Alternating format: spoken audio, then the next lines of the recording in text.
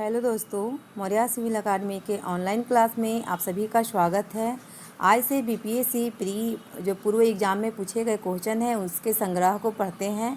आज पहला सेट है जिसमें 39 बीपीएससी पीटी जो 1994 में आयोजित हुआ था उसके प्रश्नों को पढ़ते हैं कि प्रश्नों की प्रकृति किस प्रकार है, किस प्रकार के क्वेश्चन पूछे जाते हैं इस एग्ज़ाम में। और बहुत सारे क्वेश्चन जो हैं इस एग्ज़ाम में जो है वो पूर्व के एग्ज़ाम में आए हुए क्वेश्चन को का रिपीटेशन होता है, तो उस पर विशेष रूप से वैसे क्वेश्चन पे विशेष रूप से ध्यान आकृष्ट करते हुए उसको पढ़ेंगे।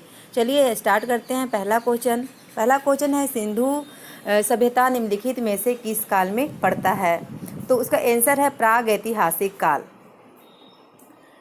प्रागैतिहासिक काल के अंतर्गत ऐसे इस क्वेश्चन में डाउट हुआ था मुझे, क्योंकि इसका ऑप्शन आग ऐतिहासिक काल भी दिया हुआ है 4th नंबर में। तो चूँकि सिंधु घाटी सभ्यता में लिखित साक्ष्य प्राप्त हुए हैं और पढ़े नहीं गए हैं, इसलिए इसे आग ऐतिहासिक काल में रखा गया है। लेकिन यहाँ पे जो मेरे पास जो बुक है उसमें दिया हुआ है कि सिंधु सभ्यता का काल 2300 बीसी से 1800 बीसी तक इतिहासकारों ने माना है, और सिंधु सभ्यता के को प्रागैतिहासिक काल का ही भाग है, और प्रागैतिहासिक काल को आग ऐतिहासिक काल के अंतर्गत जो है आग ऐतिहासिक काल भी कहा जाता है। तो यह इतिहास का वह भाग है आग ऐतिहासिक काल जहाँ से पुरातात्विक साक्ष्य तो उपलब्ध होते हैं लेकिन साहित्यिक साक्ष्य नहीं है, और साहित्यिक साक्ष्य का या तो पूर्णतः अभाव होता है या अगर उपलब्ध भी है तो उसकी लिपि पढ़ी नहीं जा सकी है।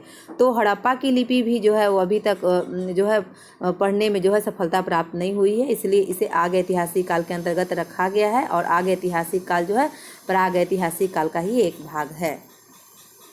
नेक्स्ट क्वेश्चन नंबर 2 है 800 से 600 ईसा पूर्व का काल किस युग से जुड़ा हुआ है। तो ये है ब्राह्मण युग से। तो ये बहुत ही टिपिकल क्वेश्चन है और इसमें ध्यान देने योग्य है कि इसमें कालक्रम पूछा जा रहा है।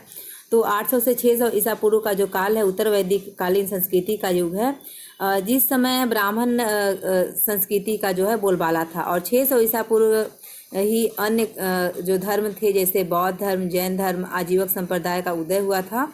और रामायण युग जो था वो 5वीं सदी ईसा पूर्व, महाभारत युग 4वीं शताब्दी ईसा पूर्व, मौर्य काल जो था वो 323 ईसा पूर्व से 184 ईसा पूर्व का काल जो है माना गया है। क्वेश्चन नंबर 3 है बोगज कोई का महत्व इसलिए है कि ऑप्शन नंबर 1 है यहाँ अभिलेख जो प्राप्त हुए हैं उनमें वैदिक देवी देवताओं का वर्णन मिलता है। तो इसके बारे में बोगज कोई जो है अफगानिस्तान में स्थित एक क्षेत्र है जहाँ से सर्वप्रथम ऐतिहासिक तथ्यों की पुष्टि होती है, और वहाँ से जो अभिलेख प्राप्त हुए हैं जिसमें वैदिक देवी देवताओं का वर्णन जो है मिलता है, और नवपाषाणिक काल का साक्ष्य भी यहाँ से प्राप्त हुए हैं। बोगज कोई अभिलेख लगभग 1400 ईसा पूर्व के हैं, और यह अभिलेख में इंद्र, मित्र, वरुण, नातस्य आदि जो वैदिक देवी देवताओं हैं उसका जो वर्णन जो है नाम जो है वो मिलते हैं। क्वेश्चन नंबर 4 है कि गायत्री मंत्र जो है वह किस पुस्तक में लिखा मिलता है। तो वो है इसका आंसर जो होगा वो होगा 3rd होगा ऋग्वेद। तो ऋग्वेद के जो विभिन्न देवी देवताओं की स्तुति में गाए गए मंत्रों का संग्रह है वो प्राप्त होता है, और यह मंत्र यज्ञों के अवसर पर होत्री नामक ऋषियों के द्वारा उच्चारण किया जाता है। ऋग्वेद के जो तीसरा मंडल है, द्वितीय मंडल है, उसमें गायत्री मंत्र का उल्लेख मिलता है, और गायत्री मंत्र सवित्री नामक जो है देवी देवताओं को संबोधित करता है। इस मंत्र की रचना जो है विश्वामित्र के द्वारा की गई थी। नेक्स्ट क्वेश्चन नंबर 5 है कि संगम युग में उरयूर किसके लिए प्रसिद्ध था। तो ये था इसका आंसर जो है 2nd है, कपास के व्यापार के लिए प्रसिद्ध प्रमुख केंद्र था। तो संगम युग में उरयूर कपास का महत्वपूर्ण केंद्र था, और यहाँ से मसालों का भी व्यापार होता था। उरयूर तमिलनाडु के जो समुद्री तट पर स्थित बंदरगाह है। संगम काल के जो प्रमुख बंदरगाह कोलची, बलिटी तथा कावेरीपत्तनम भी थे। तो ये भी जो है संगमकालीन बंदरगाह थे। नेक्स्ट क्वेश्चन नंबर 6 है कि आजीवक संप्रदाय के संस्थापक कौन थे। आजीवक संप्रदाय के संस्थापक कौन थे, उसका आंसर जो है वो है मखली गोसाल। तो आजीवक संप्रदाय के संस्थापक मखली गोसाल थे। आजीवक संप्रदाय पूर्णतः भौतिकवादी और वर्तमान को जो है वो प्रासंगिक मानने वाला था। यह जो बौद्ध और जैन का समकालीन संप्रदाय है और 600 से 700 ईसा पूर्व के समय इसके अभ्युदय जो उत्थान है वह उसका युग है। और आदियोग संप्रदाय ने हालांकि जो है वो अपेक्षाकृत कम विस्तार किया। और आनंद और उपाली जो बौद्ध धर्म के जो महात्मा बुद्ध के जो प्रमुख शिष्य थे वे इसी जो संप्रदाय है उससे संबंधित हैं।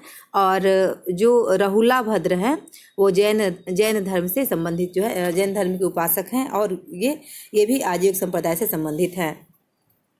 नेक्स्ट क्वेश्चन नंबर 7 है कि भागवत संप्रदाय के विकास में जो है वह किसका देन था, तो वह गुप्ता का। तो जो भारत में भागवत संप्रदाय का उत्कर्ष जो है वह 4वीं शताब्दी में गुप्तों के शासनकाल में हुआ। और गुप्त जो राजा थे उसमें परम भागवत की उपाधि जो है वह प्राप्त की, गुप्त शासक जो थे उसने।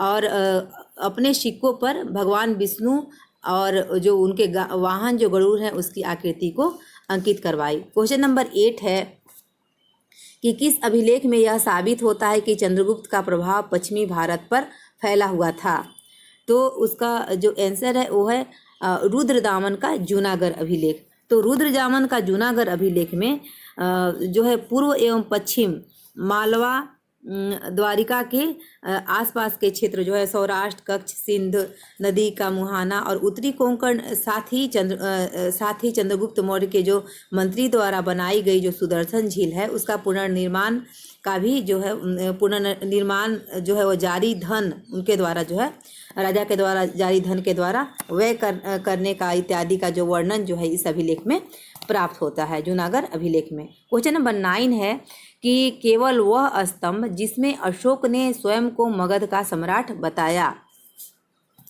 तो वो जो था वो है भाब्रू स्तंभ अभिलेख। तो अशोक ने भाब्रू स्तंभ अभिलेख से अशोक के मगध सम्राट होने की जानकारी मिलती है। और भाब्रू स्तंभ लेख में अशोक ने मगध की प्रजा को स्वयं की संतान रूपी प्रजा कहा है और प्रजा के कल्याण हेतु कल्याणकारी कार्यों का वर्णन भी किया है। नेक्स्ट क्वेश्चन नंबर 10 है, 10वां है कि उस स्रोत का नाम बतलाइए जो प्राचीन भारत के व्यापारिक मार्गों पर मौन है, तो वो है मिलिंद पन्हु जो है वो जो है वो मौन है। तो मिलिंद पन्हु एक जो है बौद्धिक धर्म ग्रंथ है जिसको मिनांडर नामक शासक ने लिखा था। और मिनांडर द्वारा लिखित मिलिंद पन्हु ग्रंथ जो है वो मौर्य काल की जानकारी जो है वो प्राप्त होती है उससे। भारतीय इतिहास के जो व्यापारिक मार्गों की कोई जानकारी मिलिंद पन्हु जो है उसमें नहीं मिलता है। और मिनांडर बौद्ध साहित्य में मिलिंद नाम से प्रसिद्ध है। प्रसिद्ध बौद्ध ग्रंथ मिलिंद पन्हु में नागसेन एवं मिनांडर की विहद जो दार्शनिक वार्ताओं का संकलन जो है वो मिलता है। क्वेश्चन नंबर 11 है कि किस शासक ने मंदिरों एवं ब्राह्मणों को जो है सबसे अधिक ग्राम जो है अनुदान में दिया था, तो वो है गुप्त वंश। गुप्त वंश के शासकों ने मंदिरों एवं ब्राह्मणों को सबसे अधिक ग्राम अनुदान में दिए थे, जिसमें सर्वाधिक दानी जो शासक थे वो चंद्रगुप्त द्वितीय यानी जिन्हें विक्रमादित्य भी कहा जाता है और कुमारगुप्त थे। क्वेश्चन नंबर 12 है कि किस काल में अछूत की अवधारणा जो है वह स्पष्ट रूप से उद्धृत हुई, तो वह है उत्तर वैदिक काल। तो उत्तर वैदिक काल में समाज जो था उत्तर वैदिक काल में समाज स्पष्ट रूप से 4 वर्णों में विभाजित हो गया था। 4 वर्ण थे, ब्राह्मण, क्षत्रिय, वैश्य और शूद्र। वर्ण व्यवस्था वर्ण आधारित न होकर जो है वह जाति आधारित हो गई थी उत्तर वैदिक काल में। क्वेश्चन नंबर 13 है, भारत में मोहम्मद गौरी ने किसको प्रथम इक्ता प्रदान किया था? क्वेश्चन नंबर 13 है, उसका आंसर है शमसुद्दीन इल्तुतमिश को। तो मोहम्मद गौरी ने पहला जो इक्ता है शमसुद्दीन इल्तुतमिश को प्रदान किया था। इल्तुतमिश दिल्ली सल्तनत का गुलाम वंश का एक प्रमुख शासक था और गुलाम वंश के जो संस्थापक थे कुतुबुद्दीन ऐबक के बाद वो जो इल्तुतमिश था वो शासक बना। दिल्ली सल्तनत का नींव जो है उसने इल्तुतमिश ने मजबूत की। वह ऐबक का दामाद था।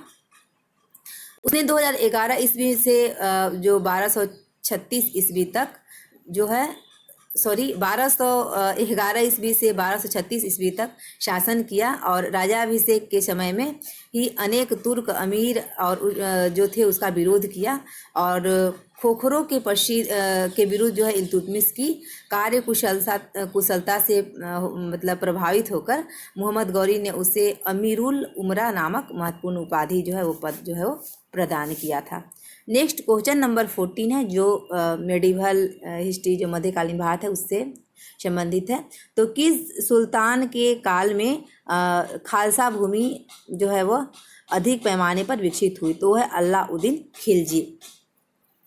खालसा या महरूनिशा भूमि वह भूमि होती थी जिसकी आय सुल्तान के लिए सुरक्षित रखी जाती थी। खालसा क्षेत्र पर नियंत्रण सदैव ही सहना अमीर या जो मलिक नामक अधिकारी के माध्यम से किया जाता था और दिल्ली के जो प्रारंभिक सुल्तान के अंतर्गत भटिंडा तथा ग्वालियर खालसा क्षेत्र के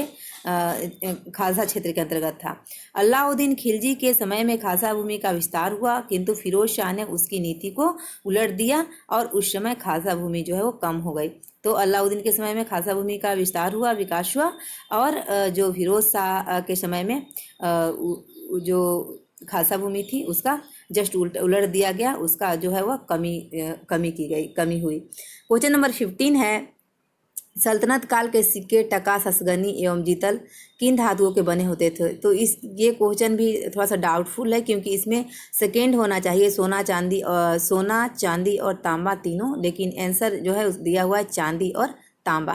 तो देख लेते हैं इसका 15 का। तो इल्तुतमिश ने पहली बार सिक्कों का मानकीकरण किया था। वह दिल्ली का प्रथम सुल्तान था जिसने शुद्ध अरबी सिक्के चलाए। उसने सोने के, देखिए इसमें दिया हुआ है सोने तथा चांदी के टके तथा तांबे के जीतल जारी किए। तो ऑप्शन के अनुसार होना चाहिए सोना चांदी तांबा तीनों टके जारी किए तथा जीतल का मूल्य अनुपात जो है उत्तर भारत में 1:48 तथा दक्षिण भारत में 1:50 का था। फिरोज शाह तुगलक ने चांदी का सिक्का ससगनी जो है वो भी चलवाया था। यहाँ पे क्वेश्चन पढ़ने का मतलब ट्रेंड ये है कि क्वेश्चन की प्रकृति कैसा है, कैसा क्वेश्चन पूछा गया है, लेकिन इसको डिस्क्रिप्शन मतलब विस्तृत रूप से आप NCERT बुक और जो टेक्स्ट बुक है उससे पढ़कर जो है इसको क्लियर होना है। नेक्स्ट क्वेश्चन देखते हैं। क्वेश्चन नंबर जो 16 है वो है 12 मास की रचना किनके द्वारा की गई थी? तो 12 मास की रचना जो है वो है मलिक मोहम्मद जैसी। 12 मास मूलतः विग्रह प्रधान लोकगीत है। वह पद्य तथा पद्य गीत जिसमें 12 महीनों की प्राकृतिक जो विशेषताएं हैं उसका वर्णन मिलता है, किसी विरही या विरहिणी के मुंह से कराया गया हो। वर्ष भर में 12 मास में नायक नायिका का जो श्रृंगारिक विग्रह एवं मिलन की जो क्रियाओं का चित्रण को 12 मास नाम से संबोधित किया जाता है। और श्रावण मास में हरे भरे वातावरण में नायक नायिका के काम भावों को वर्षा में भीगते हुए रूपों में, ग्रीष्मों के वैशाख में एवं ज्येष्ठ मास की गर्मी में पंखों में नायिकाओं को हवा करते हुए नायक नायिकाओं का स्वरूप आदि जो है वह उल्लेखनीय है। किसी भी स्त्री का पति परदेश अगर चला जाता है और वह दुखी मन से अपने सखी को 12 महीने की चर्चा जो है वो करती हुई कहती है कि पति के बिना हर मौसम व्यर्थ है, और इस गीत में वह अपनी दशा को हर महीने की विशेषता के साथ जो है वह पिरोकर रखती है। हिंदी में मलिक मोहम्मद जैसी कृत पज्ञावत है, उसमें नागमती वियोग का वर्णन जो है वो 12 मास का प्रसिद्ध उदाहरण है। क्वेश्चन नंबर 17 है कि विजयनगर साम्राज्य में वित्तीय व्यवस्था का मुख्य विशेषता क्या थी? तो है भू राजस्व। तो विजयनगर साम्राज्य की आय के प्रमुख स्रोत जो थे वो भू राजस्व, व्यवसाय और उद्योग पर कर थे। विजयनगर साम्राज्य में भू राजस्व नगद एवं जिस दोनों में वसूल किया जाता था। नगद और राजस्व को सिद्धराय कहा जाता था और भू राजस्व से संबंधित विभाग को 98वें विभाग कहलाता था। भू राजस्व से संबंधित विभाग और भू राजस्व की राशि उपज के 1/6 भाग से 1/3 भाग तक निर्धारित थी। ब्राह्मणों को उत्पादन का शौर्य, ब्राह्मणों का उत्पादन का 1/20 भाग कर के रूप में देना पड़ता था और मंदिरों को 1/30 1/30 भाग जो है वो देना पड़ता था। क्वेश्चन नंबर 18 है कि पानीपत के युद्ध में बाबर के जीतने का मुख्य कारण क्या था? तो उसका जो आंसर है वो है उसकी सैन्य कुशलता के कारण जो है वो जीता था। तो पानीपत का प्रथम युद्ध उसकी उत्तरी भारत में लड़ा गया था और इस इलाके में मुगल साम्राज्य की नींव रखी।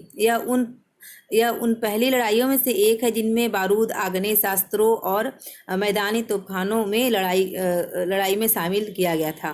सन 1526 में काबुल के तैमूर शासक जहीरुद्दीन मोहम्मद बाबर की सेना ने दिल्ली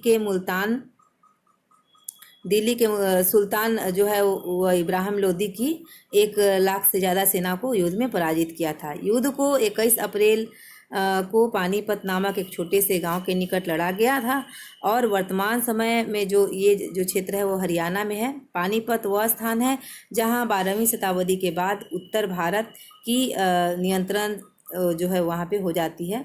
और यहाँ पर जो है कि इस युद्ध में 300 हाथियों ने भी इस युद्ध में भाग लिया था। क्षेत्र में हिंदू राजपूत जो है वह युद्ध में तटस्थ रहे, लेकिन ग्वालियर के कुछ तोमर जो थे वो राजपूत इब्राहिम लोदी की ओर से लड़ रहे थे। तो ये था कुछ लिखा हुआ इस बुक में। नेक्स्ट क्वेश्चन नंबर 19 है कि जब्ती प्रणाली किसकी उपज थी? तो उसका आंसर जो होगा वो है 4 अकबर। तो जब्ती प्रणाली जो है मुगल साम्राज्य के बादशाह अकबर के शासनकाल के राजा जो थे वो टोडरमल द्वारा स्थापित की गई थी। भू राजस्व व्यवस्था थी और अकबर के शासनकाल में 15वें वर्ष में लगभग 1570 से 1571 ईस्वी में टोडरमल ने खालसा भूमि पर भू राजस्व की नवीन प्रणाली जिसका नाम जाप्ती था को प्रारंभ किया और इस प्रणाली में भूमि की पैमाइश एवं खेतों की मूल वास्तविक जो पैदावार को आंकने के आधार पर की गई। तो यहाँ पर जो है था और इस प्रणाली को बिहार, लाहौर, इलाहाबाद, मुल्तान, दिल्ली, अवध, मलवा, गुजरात में जो है ये प्रणाली प्रचलित थी। जाप्ती प्रणाली में कर निर्धारण की 2 श्रेणी थी। एक को तखसीस कर निर्धारण करते थे और दूसरे को तहसील और वास्तविक वसूली भी कहते थे। नेक्स्ट क्वेश्चन नंबर 20 है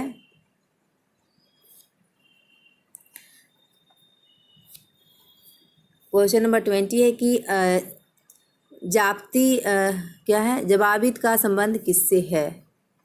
20 का है। तो जवाबित का संबंध राज्य के कानून जो है कानून से था। जवाबित का संबंध राज्य के कानून से था जो कि मुगल सम्राट की देन थी और यह राज्य के आदेश के रूप में प्राप्त हुआ था।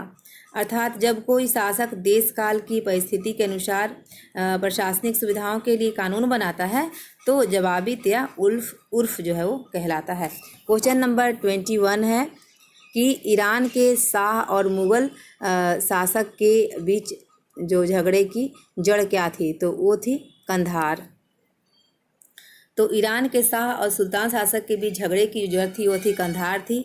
यह बाबर के समय में ही लगातार संघर्षरत क्षेत्र रहा था और कंधार जो था वो अकबर के शासनकाल तक मुगल साम्राज्य का हिस्सा था।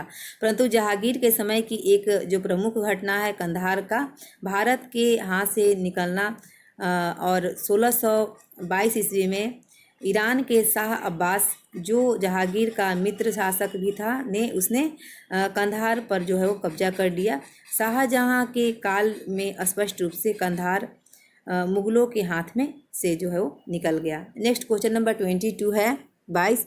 दो अप्पा सिहप्पा प्रथा किसने शुरू की थी? तो था जहांगीर।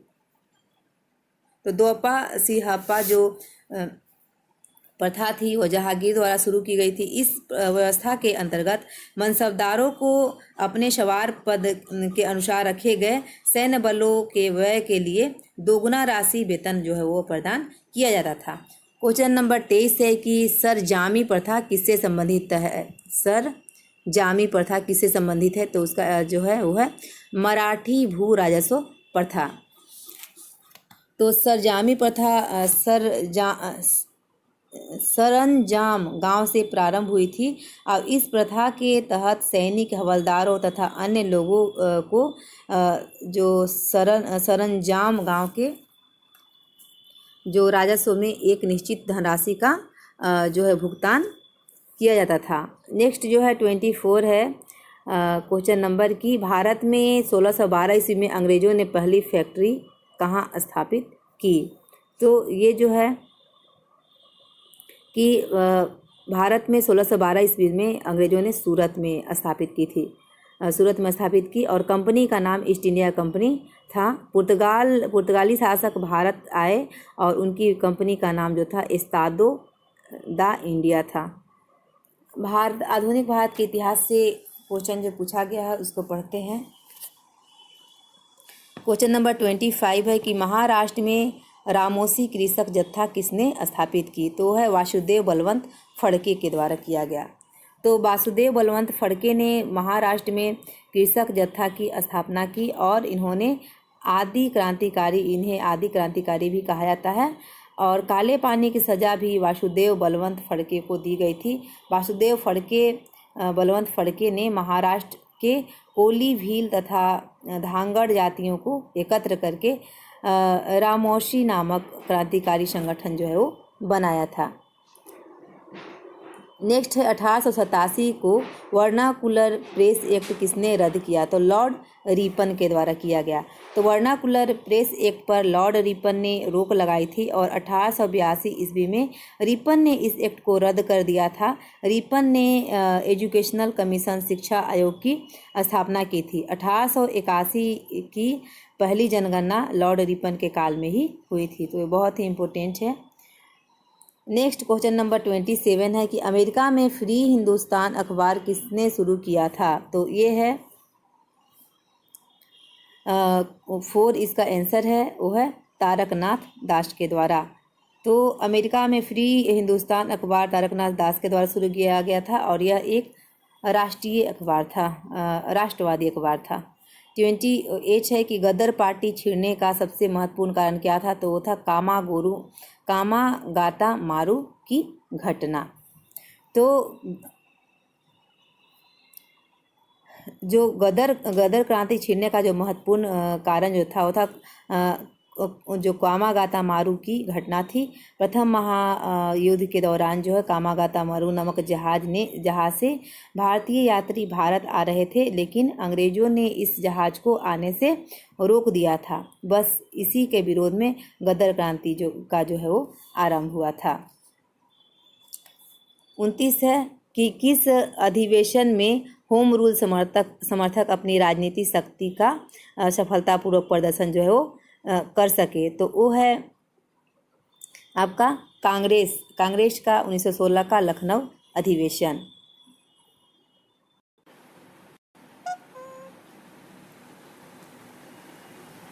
तो कांग्रेस के 1916 में लखनऊ अधिवेशन में होम रूल समर्थकों की राजनीतिक शक्ति का सफलतापूर्वक प्रदर्शन हुआ और भारतीय राष्ट्रवादी इतिहास में 2 होम रूल लीग थे, एक एनी बेसेंट का और दूसरा तिलक का होम रूल लीग।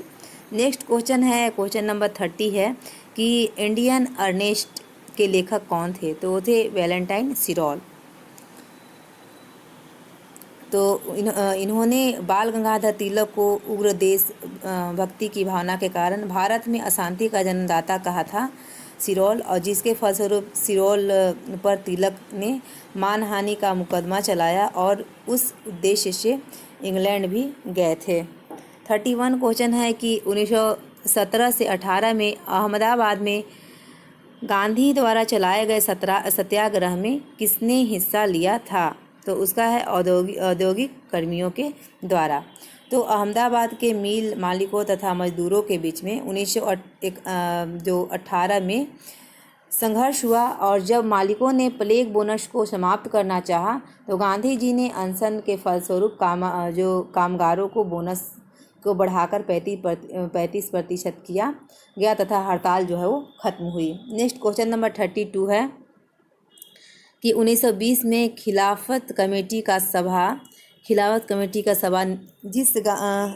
जिस गांधी को असहयोग आंदोलन के नेतृत्व में संभालने का अनुरोध किया वह किस शहर में हुआ था। तो वो था इलाहाबाद। तो इलाहाबाद में 1920 को खिलाफत समिति की सभा गठित हुई और इस समिति में गांधी जी को असहयोग आंदोलन के लिए पूर्ण समर्थन जो है वो प्राप्त हुआ था। 33 क्वेश्चन है कि अवध में एका आंदोलन का उद्देश्य क्या था। तो वो था जमींदारों के अधिकारों की रक्षा करना।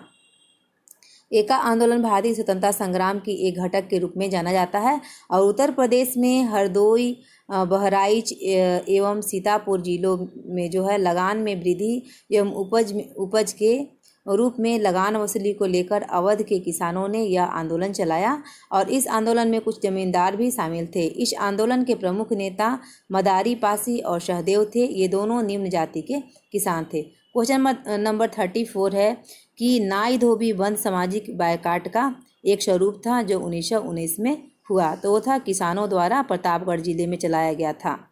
तो वर्ष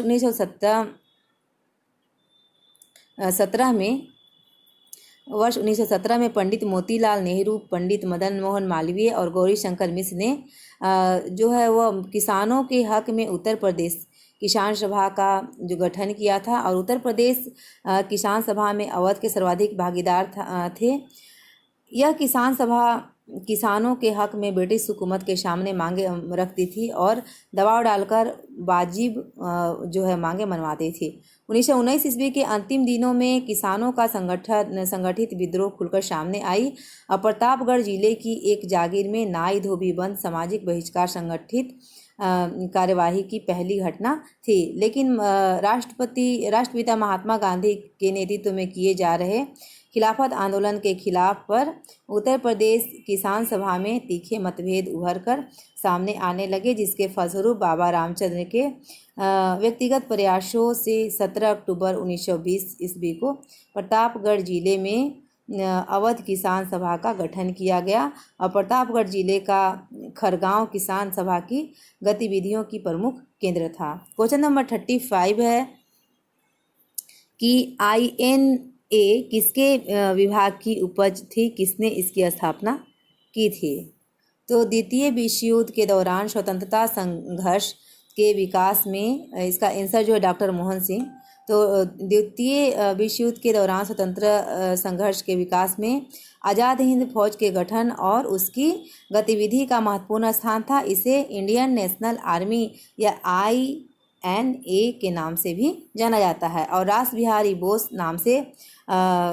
नाम के जो भारतीय क्रांतिकारी थे जो कई सालों से भारत से भागकर जापान में रह रहे थे, उन्होंने दक्षिण पूर्व एशिया में रह रहे भारतीयों के सहयोग से इंडियन इंडिपेंडेंस लीग की गठन किया और जब जापान ने ब्रिटिश सेना को हराकर दक्षिण पूर्व एशिया के लगभग सभी देशों पर कब्जा कर लिया, तो लीग ने भारतीय युद्धबंदियों को मिलाकर इंडियन नेशनल आर्मी को तैयार किया ताकि भारत को ब्रिटिश शासन से मुक्ति दिलाई जा सके। ब्रिटिश भारतीय सेना में अधिकारी रहे जनरल मोहन सिंह ने इस आर्मी के गठन में जो है महत्वपूर्ण भूमिका निभाई थी और इस दौरान 1981 में सुभाष चंद्र बोस भारत के स्वतंत्रता संग्राम के लिए भारत से भागकर जर्मनी चले गए और 1943 ईस्वी में वे इंडियन इंडिपेंडेंस लीग के नेतृत्व में काम जो है करने लगे। नेतृत्व के लिए सिंगापुर आए थे और Indian national army Azad Hind फौज का पुनर्गठन किया ताकि वो भारत की स्वतंत्रता को प्राप्त करने में महत्वपूर्ण हथियार बन सके। आज़ाद हिंद फौज के लगभग 45,000 सैनिक शामिल थे आज़ाद हिंद फौज में, जिसमें भारतीय युद्धबंदियों के अलावा वे भारतीयों भी शामिल थे जो दक्षिणी पूर्व एशिया में अनेक देशों में बस गए थे। नेक्स्ट क्वेश्चन नंबर 36 है कि अपने किस कार्यकारी कमेटी में जो है जवाहरलाल नेहरू द्वारा जो भू स्वामित्व जो है समाप्त किया गया, तो वो जो उसका आंसर जो है वो होगा कार्यकारी कमेटी 1937। कार्यकारी कमेटी 1937 की बैठक में जवाहरलाल नेहरू ने भू स्वामित्व को समाप्त करने की नीति अपनाई एवं इस नीति में ये नीति जो था वो किसानों के हित में था। 37 क्वेश्चन है कि छोटा नागपुर जनजाति विद्रोह कब हुआ था, तो वो था 1920 में। तो 1920 ईस्वी के दशक में छोटा नागपुर क्षेत्र में आदिवासियों का विद्रोह किया और यह आंदोलन एक प्रकार का संस्कृतिकरण आंदोलन था और इन आंदोलनकारियों आदिवासियों के बीच में गांधीवादी कार्यकर्ताओं ने अपने रचनात्मक कार्यों के साथ घुसपैठ की और कुछ घुसपैठ की। और इन आंदोलन में ताना भगत आंदोलन प्रमुख है। इन आंदोलन में जतरा भगत, बलराम भगत, देवमनिया भगत जो महिला थी उसने अपना नेतृत्व जो है वो प्रदान किया। नेक्स्ट क्वेश्चन नंबर 38 है कि गांधी जी का चंपारण सत्याग्रह किससे जुड़ा हुआ था? तो वो है तिनकठिया पत्ती। तो चंपारण सत्याग्रह का प्रारंभ जो है वह राष्ट्रपति महात्मा गांधी द्वारा किया गया था। अंग्रेज जो है बागान मालिकों ने चंपारण के किसानों से एक अनुबंध करा लिया था, जिसमें उन्हें नील की खेती करना जो है अनिवार्य कर दिया था। और नील के बाजार में गिरावट आने से कारखाने बंद होने लगे। अंग्रेजों ने किसानों की मजबूरी का लाभ उठाकर लगान बढ़ा दिया। इसी के फलस्वरूप विद्रोह प्रारंभ हो गया। महात्मा गांधी ने अंग्रेजों के इस अत्याचार से चंपारण के किसानों का उद्धार किया और जुलाई 1917 ईस्वी में चंपारण एग्रेरियन कमेटी का गठन किया और गांधी जी भी इसके सदस्य थे। इस कमेटी के प्रतिवेदन पर तिनकठिया प्रणाली को समाप्त कर दिया गया। क्वेश्चन नंबर 39 है कि उलगुलान विद्रोह किससे जुड़ा हुआ है? तो मुंडा जनजातियों ने 18वीं सदी में से लेकर 20वीं सदी तक कई बार अंग्रेजी सरकार और भारतीय जो शासक थे जमींदार उसके खिलाफ विद्रोह किया। बिरसा मुंडा के नेतृत्व में 19वीं सदी में आखिरी दशक में ये किया था और मुंडा विद्रोह 19वीं सदी के सर्वाधिक महत्वपूर्ण जनजातीय आंदोलन में से एक है। इसे उलगुलान के नाम से भी जाना जाता है। मुंडा विद्रोह है वो झारखंड का सबसे बड़ा और अंतिम रक्तापल्लित जो जनजातीय विप्लव है उसे कहा गया है, जिसमें हजारों की संख्या में मुंडा आदिवासी जो है शहीद हुए थे। मशहूर जो समाजशास्त्री और मानव वैज्ञानिक कुमार सुरेश सिंह ने बिरसा मुंडा के नेतृत्व में हुए इस आंदोलन पर बिरसा मुंडा और उसके आंदोलन के नाम पर बड़ी महत्वपूर्ण पुस्तक जो है वो लिखी है। बिरसा मुंडा और उनके आंदोलन नाम की पुस्तक किसके द्वारा लिखा गया था? कुमार सिंह सुरेश के द्वारा, जो ये मुंडा जनजाति का विद्रोह है उससे संबंधित है, उलगुलान से संबंधित है। तो ये 39 क्वेश्चन जो है वो बीपीएससी 39 बीपीएससी जो पीटी एग्ज़ाम है उसमें पूछे गए थे। नेक्स्ट में भारतीय राज्य व्यवस्था संविधान से संबंधित जो क्वेश्चन पूछे गए हैं उसको पढ़ेंगे अगला वीडियो लेक्चर में। तो आज के लिए बस इतना ही। Thank you, thanks a lot for watching.